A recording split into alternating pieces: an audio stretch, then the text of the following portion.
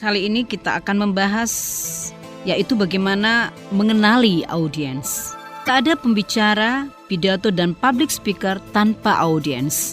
Audiens yang menyebabkan Anda dan kita semua ada. Jadi jangan mengabaikan audiens. Mereka memiliki peranan yang sangat penting dalam mengembangkan karir Anda sebagai pembicara.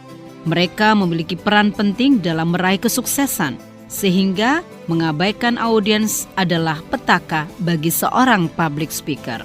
Audiens dengan beragam bentuk dan warnanya perlu dikenali.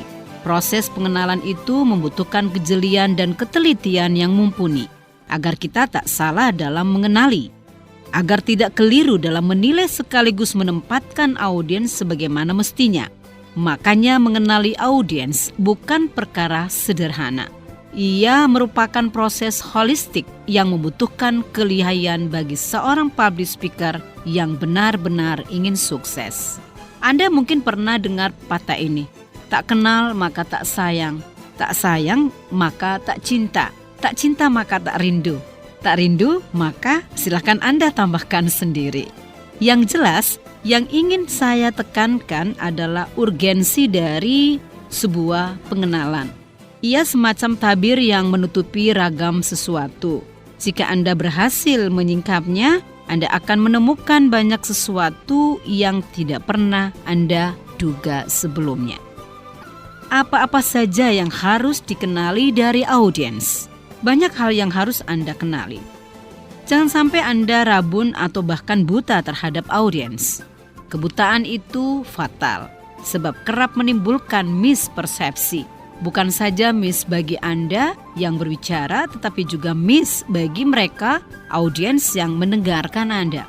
Yang harus Anda kenali dari audiens adalah apakah mereka perempuan, laki-laki, atau gabungan, berapa usianya, latar belakang pendidikan, bahasa, agama, pekerjaan, pendapatan, bahkan budaya yang mereka anut, keyakinan, dan sebagainya.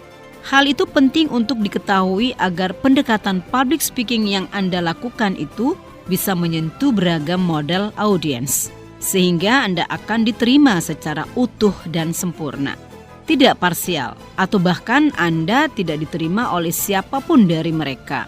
Itu berarti Anda sedang membangun konfrontasi dengan audiens Anda sendiri. Dalam proses mengenali itu, aspek budaya sebagaimana banyak disinggung dalam teori komunikasi memiliki peran yang sangat penting dalam menciptakan hubungan yang selaras, harmonis, dan efektif. Kenapa? Pengetahuan terhadap budaya akan membawa kita mengenali orang lain dengan berbagai macam keunikannya. Dalam aspek budaya ini akan disingkap tentang aspek etika moral, atau tentu berbeda satu dengan yang lainnya. Setiap budaya memiliki interpretasi budaya sendiri yang sangat berkolerasi pada penyikapan terhadap sesuatu. Sehingga pengetahuan terhadap aspek tersebut akan menggiring Anda untuk menempatkan diri sebagai orang yang bisa diterima, bisa mengarahkan untuk bersikap wajar dalam kacamata seluruh audiens Anda. Hal lain yang harus Anda lakukan adalah mengetahui sikap, pengetahuan, dan minat audiens. Bagaimana cara mengetahuinya? Sikap itu bisa dilihat dari ekspresi tersurat. Anda akan tahu apakah audiens itu respek atau tidak dengan memperhatikan bahasa tubuh mereka. Di sini kejelian diperlukan. Sikap itu menjelaskan tentang penerimaan dan penolakan. Apakah Anda diterima atau tidak? Jika diterima, Anda bisa melanjutkan pembicaraan. Jika ada indikasi ditolak, Anda harus tahu sebab penolakannya. Lalu Anda bisa mengubah penolakan itu menjadi penerimaan. Aspek pengetahuan kadang dilupakan oleh seorang public speaker. Karena merasa sebagai pembicara, kita kadang melupakan pengetahuan audiens kita. Kita tampil terlalu dominan sehingga kita mengabaikan, padahal bisa saja apa yang telah Anda sampaikan telah diketahui oleh seluruh audiens yang ada. Hati-hati, ini bisa berakibat fatal. Bisa saja muncul hal yang sangat tidak diharapkan. Misalnya, Anda bersitegang berdebat tentang materi dengan audiens, dan ini perkara yang tidak diinginkan apalagi sampai uji pengetahuan. Aspek selanjutnya adalah minat. Minat ini untuk melihat korelasi antara materi dan partisipasi audiens. Cara mudah untuk mengukur pengetahuan dan minat audiens itu bisa dilakukan dengan melontarkan pertanyaan seputar materi yang akan Anda sampaikan.